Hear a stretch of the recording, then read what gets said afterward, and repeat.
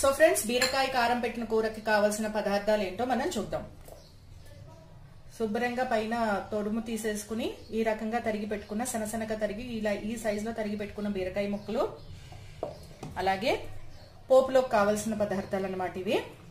వేసిన గుళ్ళు, పల్లీలు, అలాగే కారానికి సరిపోయేంత ఎండుమిరపకాయలు, అలాగే శనగపప్పు, అలాగే కొంత మినప్పప్పు, జీలకర్ర, ఆవాలు, ఇంగువ అండ్ పసుపు ఫ్రెండ్స్.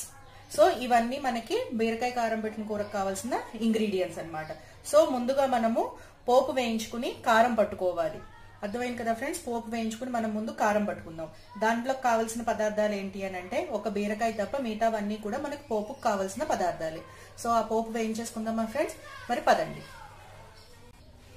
సో ఫ్రెండ్స్, ముందుగా మనం ఇలాగా ఒక మూకుడు తీసుకుని స్టవ్ వెలిగించుకుని మూకుడు పెట్టుకుని కొంచెం నూనె వేసుకుని, పోపుకు సరిపోయే అంత నూనె, ఎక్కువ వేసుకోకూడదు ఫ్రెండ్స్, లేదా మనకి పొడి పొడిలాడుతూ రాదు. సో కొంచెం నూనె వేసుకుని, కనిపిస్తుంది కదా ఫ్రెండ్స్, కొంచెం నూనె వేసుకుని అందులో కొంచెం నూనె వేడెక్కిన తర్వాత కొంచెం పసుపు,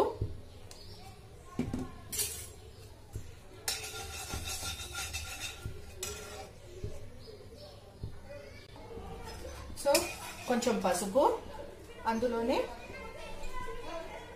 శనగపప్పు, అలాగే మినప్పప్పు, అలాగే కొంచెం జీలకర్ర, ఆవాలు, ఎండుమిరపకాయలు అన్నీ కలిపి వేయించేసుకోవచ్చు ఫ్రెండ్స్. ఏది కూడా సపరేట్ గా అక్కర్లేదు. వేసిన గుళ్ళు, పల్లీలు, అలాగే కొంచెం ఇంగువ వేసుకుని పోపును మనం వేయించుకోవాలి.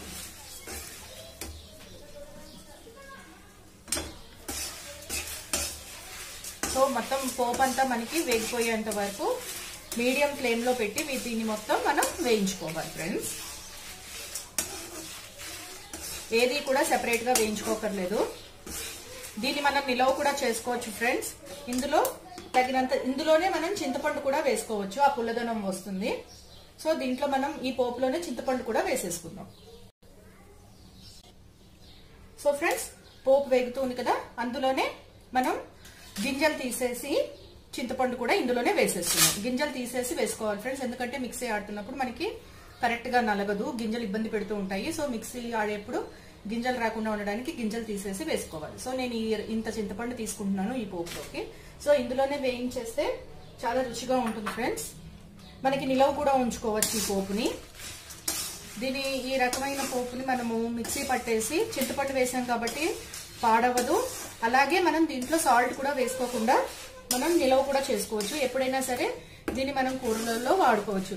వంకాయలో కానీ, దొండకాయ కూర కానీ, వంకాయ కూర కానీ, ఇలా బీరకాయలో కానీ, ఇలాంటి కూరలు ఏం చేసినా కూడా ఈ పోపు ఈ మసాలా అనేది మనం వాడుకోవచ్చు ఫ్రెండ్స్. సో మనకి పోపు మొత్తం వేగిపోవాలి.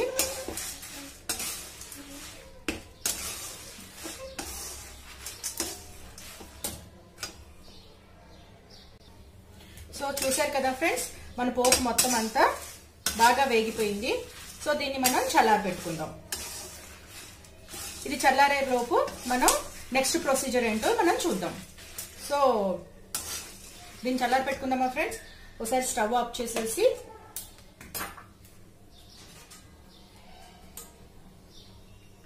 ఒక ప్లేట్ తెచ్చుకుని దీన్నంతా మనం ఇందులోకి షిఫ్ట్ చేసేసుకుని మొత్తం కంప్లీట్ గా చల్లారిపోవాలి friends.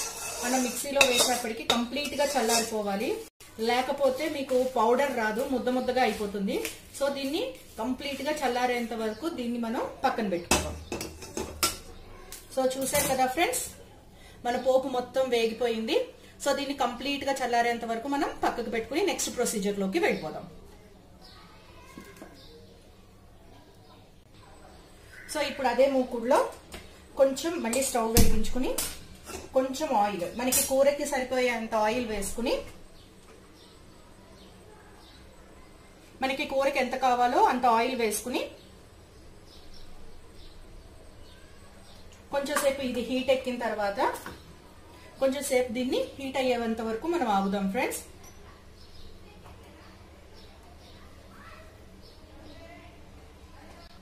So friends, oil heat ఎక్కింది కదా, అందులో కొంచెమే కాస్త పసుపు, అలాగే కాస్త ఇంగువ కూడా వేసుకుందాం. చూసారు కదా ఫ్రెండ్స్, బాగా బబుల్స్ వస్తున్నాయి. ఇప్పుడు మనము దీన్ని మీడియం ఫ్లేమ్ లో పెట్టుకుని, మనం సన్నగా తరిగి పెట్టుకున్నాం కదా బీరకాయ ముక్కలు, అవి ఇందులో వేసేసుకుందాం.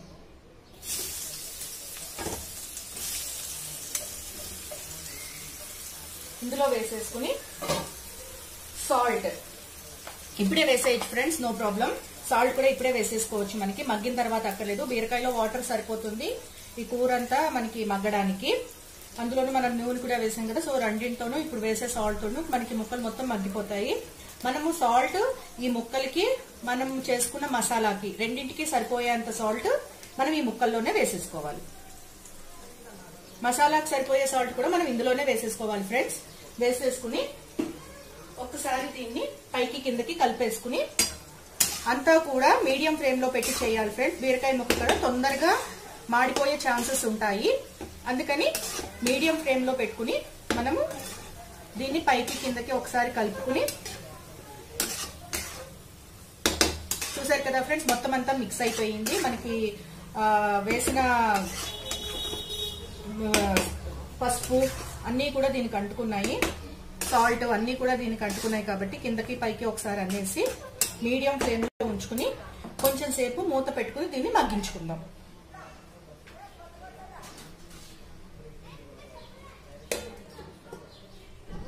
కొంతసేపు దీన్ని ఇలా లిడ్ తో కవర్ చేసి కొంచెం సేపు దీన్ని మగ్గించుకుంటాం. ఎక్కువ సేపు పట్టదు ఫ్రెండ్స్, ఎందుకంటే బీరకాయలో వాటర్ ఉంటుంది కాబట్టి, మనం సాల్ట్ వేసాం కాబట్టి తొందరగా కూడా ఈజీ టు కుక్ అనమాట, తొందరగా కుక్ అయిపోతుంది. సో కొంచెం సేపు దీన్ని మీడియం ఫ్లేమ్ లో ఉంచి దీన్ని మగ్గించుకుందాం. దాని తర్వాత అంతలోపు మనం ఇందాక పోపు వేయించుకున్నాం కదా ఫ్రెండ్స్ మసాలా కోసం, అది మిక్సీ పట్టుకుందాం చల్లారిన తర్వాత. ఓకేనా ఫ్రెండ్స్? సో కొంచెం సేపు మనం వెయిట్ చేద్దాం. చూసారు కదా ఫ్రెండ్స్, మన పోపు మొత్తం చల్లారిపోయింది. దీన్ని ఇప్పుడు మనం చూసారా గలగల్లాడుతూ వచ్చింది. సో దీన్ని ఇప్పుడు మనం మిక్సీ పట్టేసుకుందాం. సో మిక్సీ పట్టేసుకుందామా ఫ్రెండ్స్, పదండి. సో ఫ్రెండ్స్, చూసారు కదా మనం మొత్తం అంతా పోపు అంతా కూడా మిక్సీలోకి తీసేసుకున్నాం. మనము తక్కువ నూనె వేయడం వల్ల ఏంటంటే ఫ్రెండ్స్, నూనె దీనికి అంటుకోక మనకి ఇలాగా డ్రైగా వస్తుంది. సో దట్ ఏంటంటే మనం మిక్సీ వేసినా కూడా మన కారము, మసాలా కారము పొడిపొడిలాడుతూ వస్తుంది, పౌడర్ లా వస్తుంది. అదే నూనె ఎక్కువ వేసామనుకోండి, ఆ నూనె వల్ల ఏమవుతుందంటే మొత్తం అంతా కూడా అది ముద్దలా అయిపోతుంది. సో మనం తక్కువ నూనె వేసుకుని వేసేమా లేదా అన్నట్టు కొంచెం నూనె వేసుకుని మనం ఈ పోపు వేయించుకోవాలి. సో దీన్ని ఇప్పుడు మనం మిక్సీ పట్టేసుకుందామా ఫ్రెండ్స్, పదండి.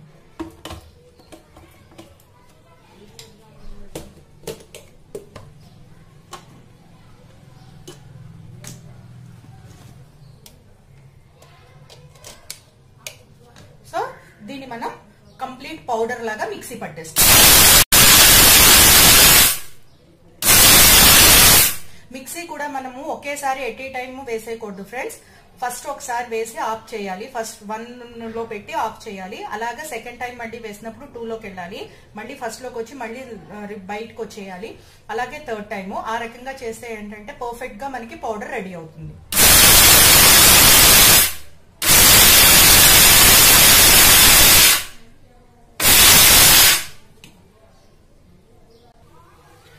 సో ఫ్రెండ్స్, మిక్సీ పట్టేసుకున్నాం కదా, చూసారా ఫ్రెండ్స్ ఎంత పొడి పొడిలాడుతూ వచ్చిందో మనకి.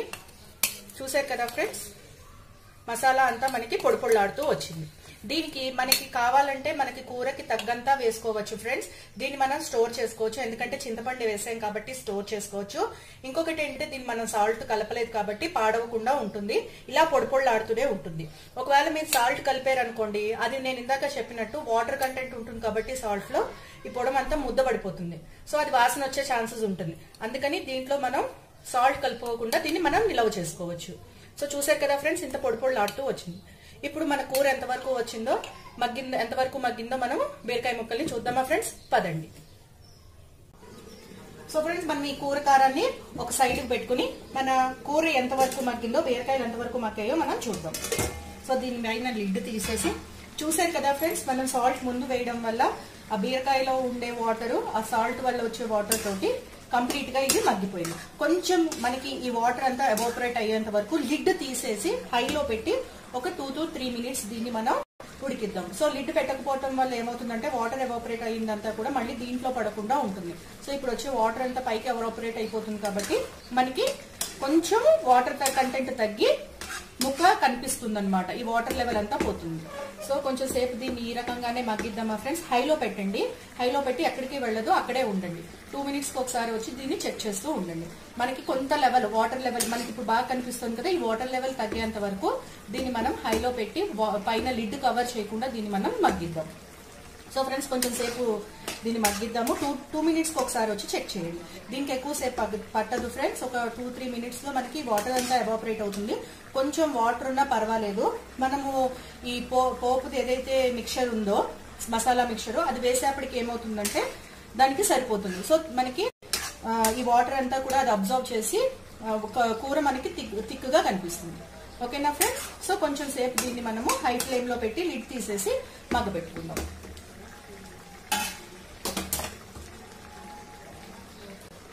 సో ఫ్రెండ్స్, ఇందాక దానికంటే వాటర్ లెవెల్ తగ్గింది కదా ఫ్రెండ్స్. ఇప్పుడు మనం ఏం చేద్దామంటే ఈ కూర కారం ఏదైతే మనము మసాలా చేసుకున్నామో అది ఇందులో యాడ్ చేద్దాం. మనకి ఎంత కావాలో అంతే యాడ్ చేసుకోవాలి ఫ్రెండ్స్. సో మనం దీంట్లో ఈ మసాలాలో సాల్ట్ వేయలేదు ఫ్రెండ్స్. నేను మళ్ళీ చెప్తున్నాను, మనము ఈ మసాలాకు సరిపోయే సాల్ట్, కూరకు సరిపోయే సాల్ట్ మనం కూర మగ్గించేప్పుడే వేసేసాం. సో కొంచెం వేసి ఫస్ట్ దీన్నంతా మనం కలుపుకుందాం.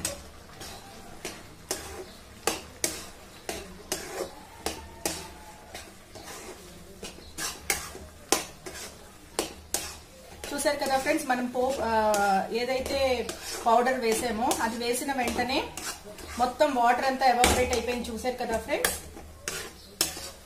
అంతేకాదు ఫ్రెండ్స్, ఈ బీరకాయ మీద పైన పొట్టు ఉంటుంది కదా, ఆ పొట్టుతో కూడా మనం బీరకాయ పొట్టు పచ్చడి చేసుకోవచ్చు. ఒకవేళ వీలుంటే నేను అది కూడా మీకు షేర్ చేస్తాను.